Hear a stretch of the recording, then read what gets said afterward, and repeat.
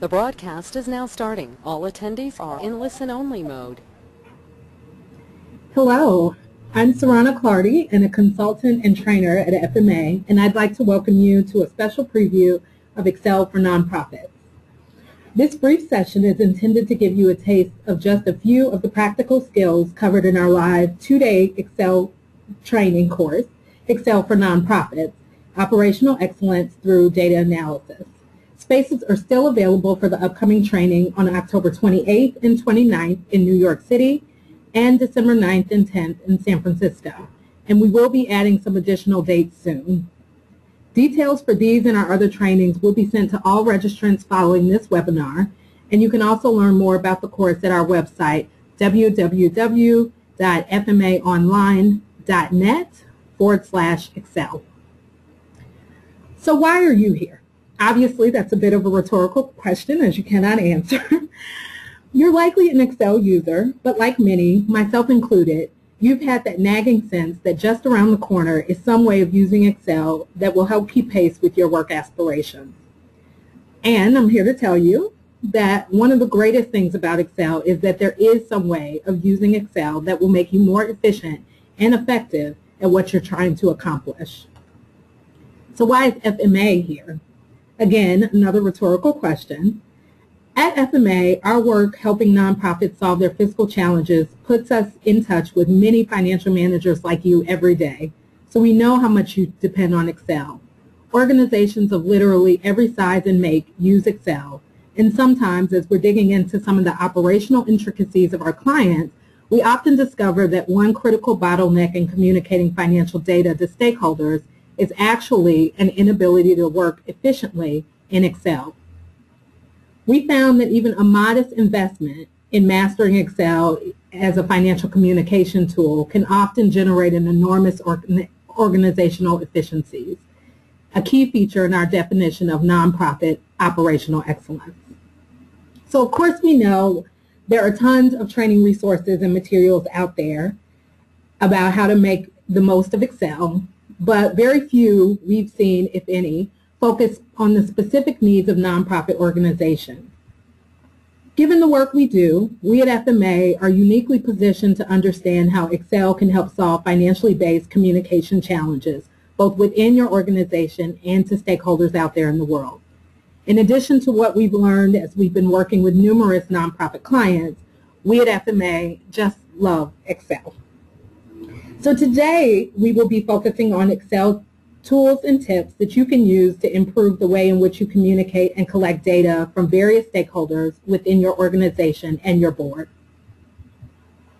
Often one of the greatest challenges in developing tools and templates within Excel is design, particularly when you will be sharing worksheets and spreadsheets with other users. When designing worksheets, you will want to consider the user. How can you design the worksheet in such a way that it guides the user, making it clear where they should and should not enter data? Additionally, how might you limit the data entry errors by users? In our two-day training, we cover in detail techniques for spreadsheet design. Today, we will cover a few design tips that you can integrate with new or existing Excel worksheets. Although we will be using a budget template today as an example, I encourage you to think broadly and consider the tips that we cover for any tools and templates that you may have that are currently being utilized by others.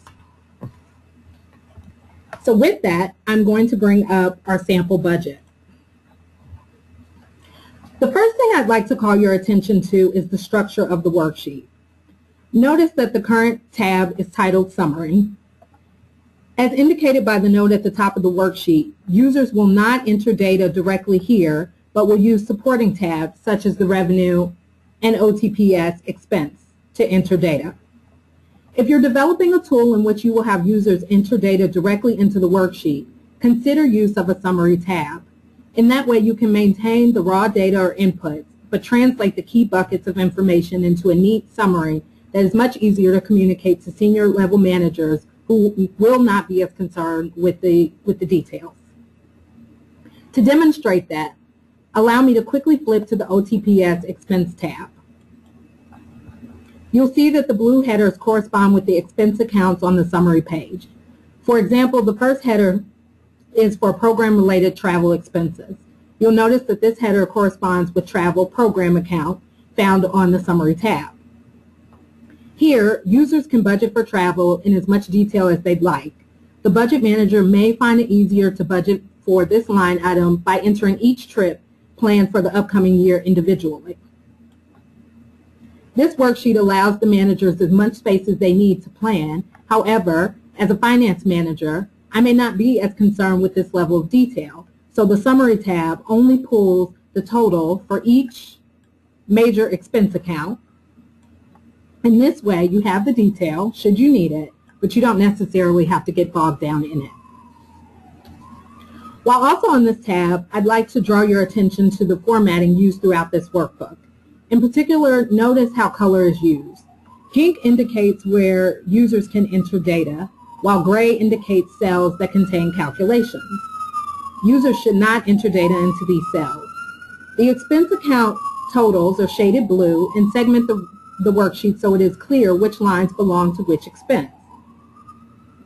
As you're building templates and tools, consider the use of color to help guide users. In the 2-day training, we'll discuss a few additional techniques such as cell protection, which will prevent users from entering data into certain cells. However, even when that technique is used, color is still encouraged as a great way to enhance the usability of your worksheets. Now I'll turn to the Revenue tab to illustrate a few of our next design tips. Notice that the bold subtotals in row 6 of this worksheet. Often in the worksheet, the numerical data, the tendency is often to sum the figures at the end of the data. However, by including totals at the top or before the data, we eliminate the need for scrolling to the bottom of the worksheet just to get some of those summary statistics. This is probably one of the best design tips for designing a spreadsheet when there will be lots of data. It's something that's very simple, but it's really a tool that can greatly improve the usability and navigation of your worksheets. Another great feature on this worksheet is the likelihood of receipt found in column R. This illustrates how you might build some flexibility into your tools and templates. Here, development can freely enter all possible revenue sources, but can assign a likelihood of receipt to each source which determines which values are actually going to make it onto the budget. Finance and development might have some differing opinions on the likelihood of how likely the organization might be to receive a particular piece of funding. There might be discussions about what to include and what not to include. As decisions are made, we can add or remove sources from the budget without a lot of manual manipulation or recalculation. Currently, the worksheet is set up in such a way that any revenue source with a likelihood of receipt greater than 75% will make it to the budget. It's important to note that this threshold found here in R4 is also an input that can be changed, which allows for even greater flexibility within the worksheet.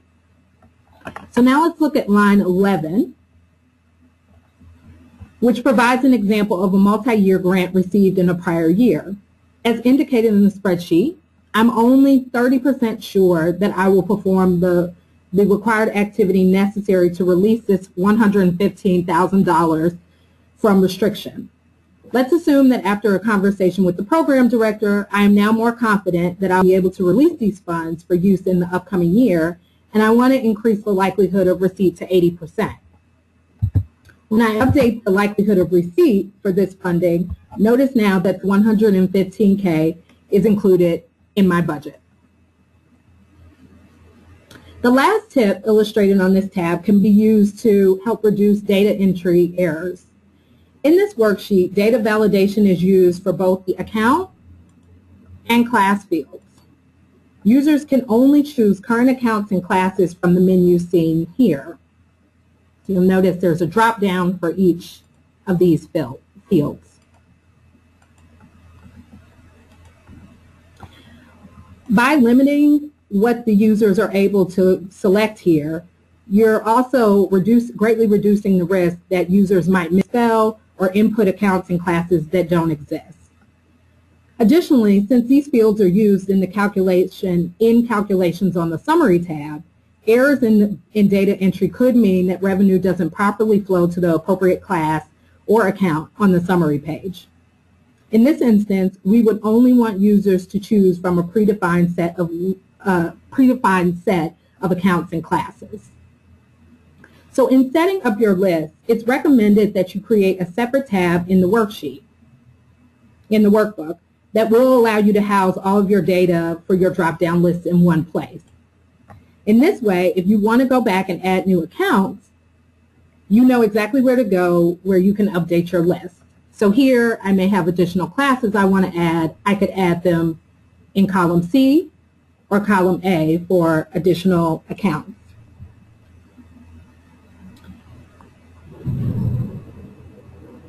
So when I'm ready to update my classes and my accounts, I may add additional values here, and then I would go back to my Revenue tab and update my list by going to first the Data menu,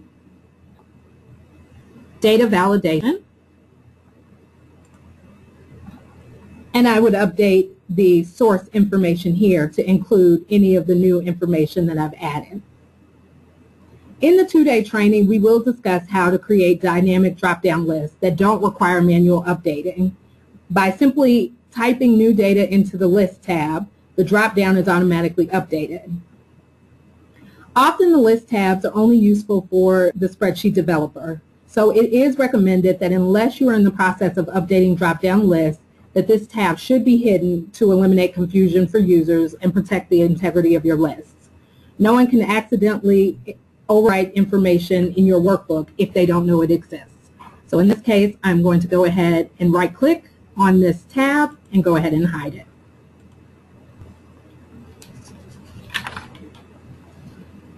For our final 2 tips, I'm going to return to our Summary tab. At the top of this worksheet, you'll notice plus signs, which are indications of grouping. When we are building large spreadsheets, consider grouping where possible to make worksheets more digestible. As I ungroup the cells, you'll see that there is more information available,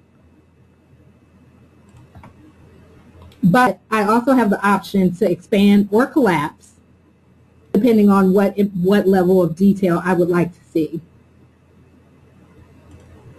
To group, I would simply highlight the rows or columns that I would like to collapse,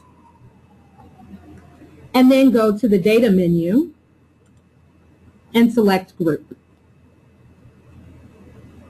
As I fully expand all of the columns in the worksheet, we'll see just how much data is here, which actually allows me to illustrate the final tip of this webinar, the Freeze Panes option. So notice as I scroll down and as I scroll across, my columns, headers, and my rows remain visible. So I know exactly where I am within the workbook and I know what I'm looking at. The Freeze Panes option can be found under the View menu. And note that you have the options to freeze the top column or the leftmost row. And you can also set the freeze panes to freeze the column to the left and the row above the selected cell. So now as I collapse the worksheet, we're back to looking at the consolidated view of the budget. So up until this point, we've discussed data in table format. We'll now explore visual representation of financial data using Excel charts. Charts can be extremely helpful in helping draw readers' attention to specific data and information. While data tables can often be overwhelming, charts offer a great way to summarize information and pull out important takeaways. Charts might also be helpful when communicating information to the board or senior management. In this webinar, I'm going to walk through a creation of a standard chart that we at FMA find useful in communicating organizational financial results. This chart is the surplus deficit chart. It represents a combination of a column and a line chart. And it includes, as you can see, both historic data from 2012 and 2013, as well as the FY14 data that's pulled from the summary tab that we've been discussing throughout this webinar. So I will work to recreate this chart to give you an illustration of how you would create a combination chart such as this. So the first thing I'm going to do is begin by selecting the data that I want to include in the chart. So I'm going to highlight the revenues, the expenses, the surplus deficit, and the years. And then I'm going to go to my menu up top and insert a 2D column chart. So when I do that, the result pops up. And I'm just going to move it over to the side so we can begin making changes in order to get it to its desired format.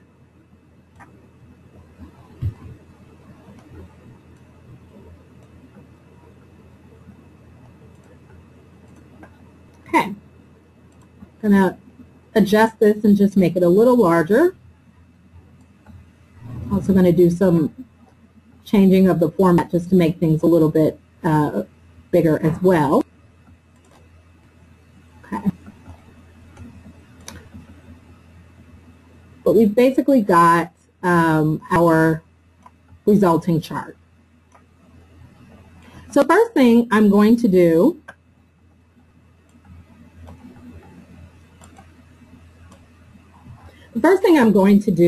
is make some changes to this chart in order to create this stacked appearance that I see on the operating surplus deficit chart.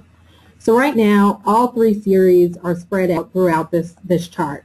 I really want them to be stacked on top of one another. So the first thing I'm going to do is select my expense series, and I'm going to right-click, and I'm going to go to Format Data Series.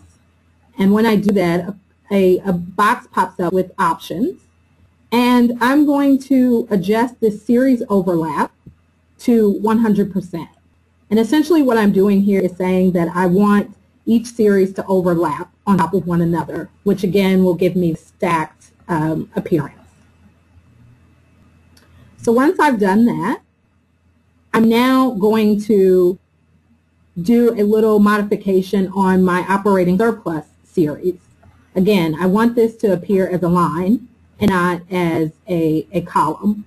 So I'm going to select that series of data. I'm going to right click here, and then I'm going to go to change series type.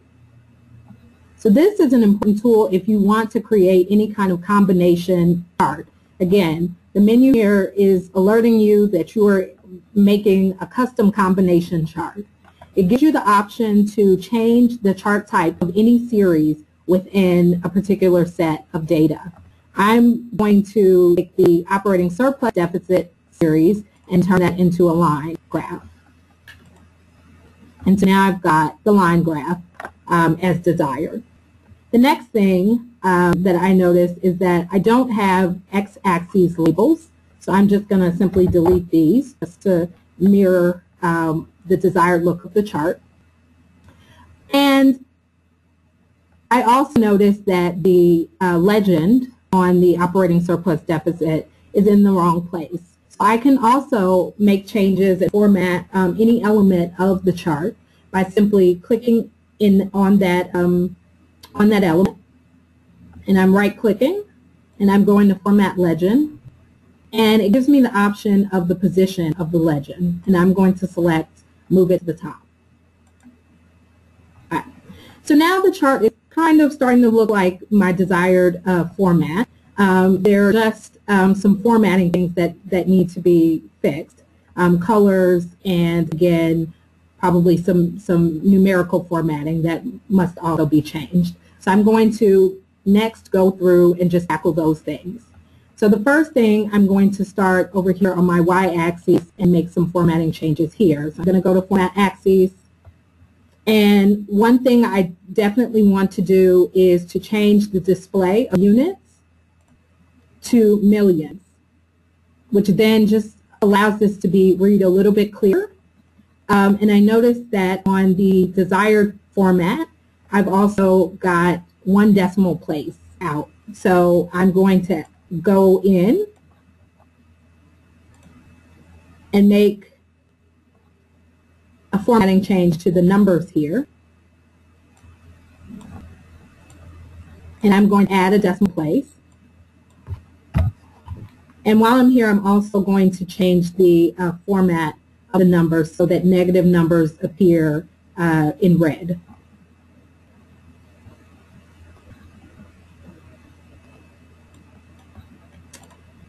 Okay, so then I'm also going to just make some changes to the coloring on the chart. I want expenses to appear green. I right-click in that series, and I have the option of changing the color of the series here. So I'm going to do that. I'm going to change it green. And then for the revenue, it's a slightly different blue color, so I'm going to update that as well. And then my operating surplus is black line, so I want to do that. I want to make that change as well.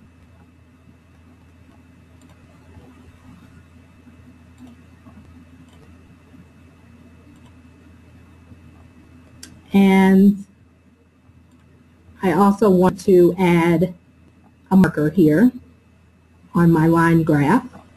So I'm going to, in my format window, also make that edit as well.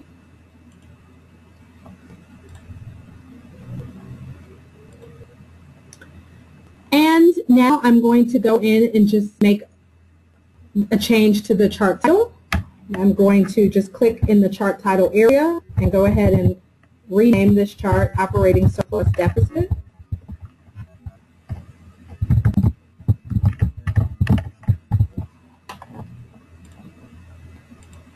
And then lastly, I'm just going to make some minor edits in terms of the font and sizing of my chart title. Just make that look a little like normal.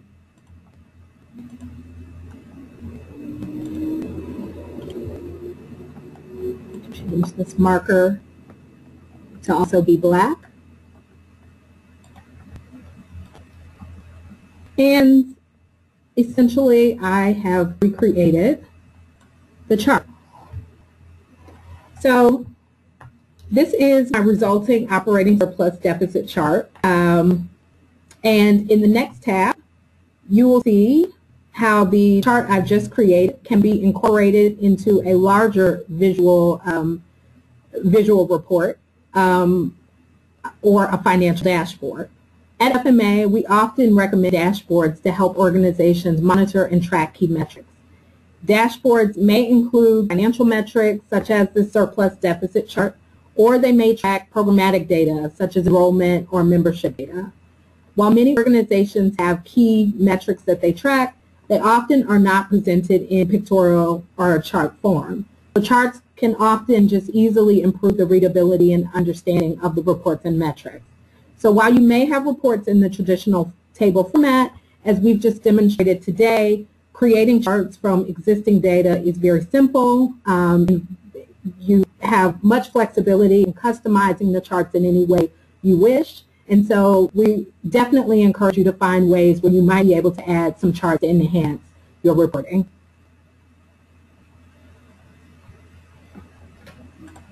Okay. So with that brings us to the end of today's session.